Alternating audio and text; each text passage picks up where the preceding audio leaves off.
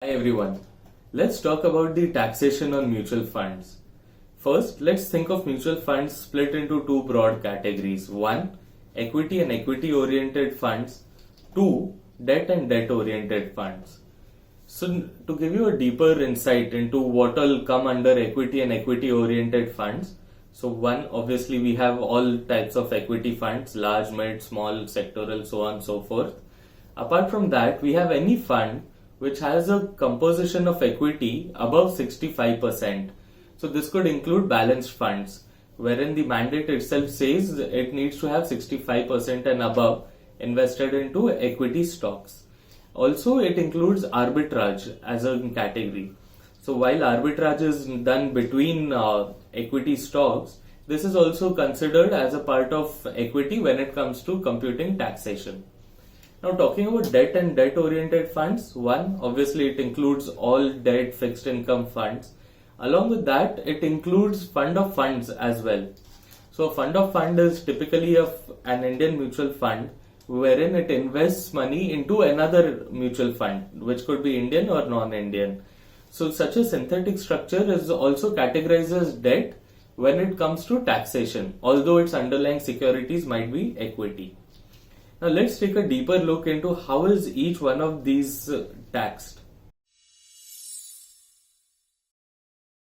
Let's talk about the taxation on equity and equity oriented funds first. So the taxation can be split into two: taxes on short-term capital gains and taxes on long-term capital gains. So the short-term period for equities is 1 year. If you redeem within a period of 1 year and you book a profit, that profit is subject to 15% of tax. Now let's say you redeem and make a gain after holding for a period of over 1 year. That gain component is subject to a tax of 10% on gains over and above 1 lakh rupees for a particular financial year. So for example, let's say you invest rupees 1 lakh and by the end of 1.5 years, its value goes up to 2.5 lakhs. You need to pay taxes, that is 10%, only on 50,000, which is over and above the 1 lakh rupee gain. So let's take a look at taxation on debt and debt oriented mutual funds. So once again, we split it into tax on short term capital gains and tax on long term capital gains. The difference here is for a debt fund, unlike equity, the term that qualifies as a short term is a period less than 3 years and not 1 year. And the long term is obviously the term over and above 3 years.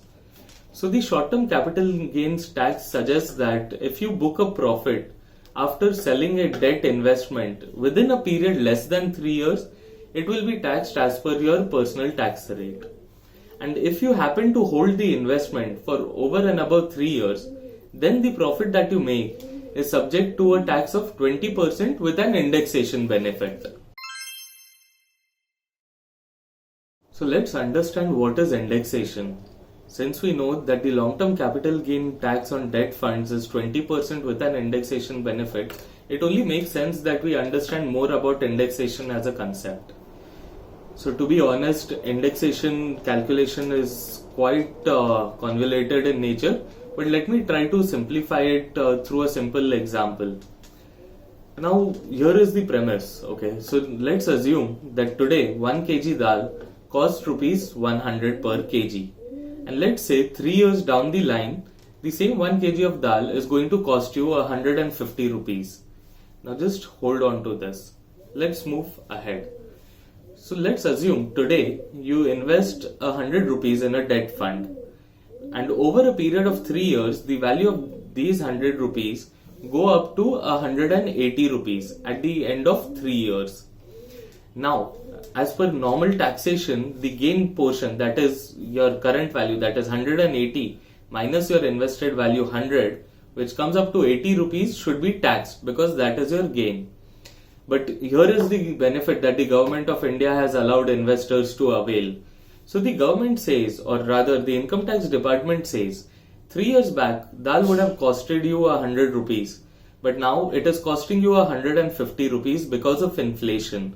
So your real gain from 100 is not to 180, because money at the end of the day is nothing but purchasing power. So while dal went up from 100 to 150 and your investment went from 100 to 180, the 50 rupees of that gain portion can be attributed as an inflation component. So gains only over and above the inflation, that is 180 minus 100 minus 50, that is 30 rupees, would be subject to a tax of 20%, that is 6 rupees. So here is a brief overview of how indexation works. The calculation is obviously a topic for another day. It has quite a lot metrics going into play. So guys, learning and earning is a daily thing with MyWay. But do not forget, the more you know, the more you'll grow. So guys, don't forget to like, share and subscribe for more videos that will help you take a step closer to financial well-being and being wealthy.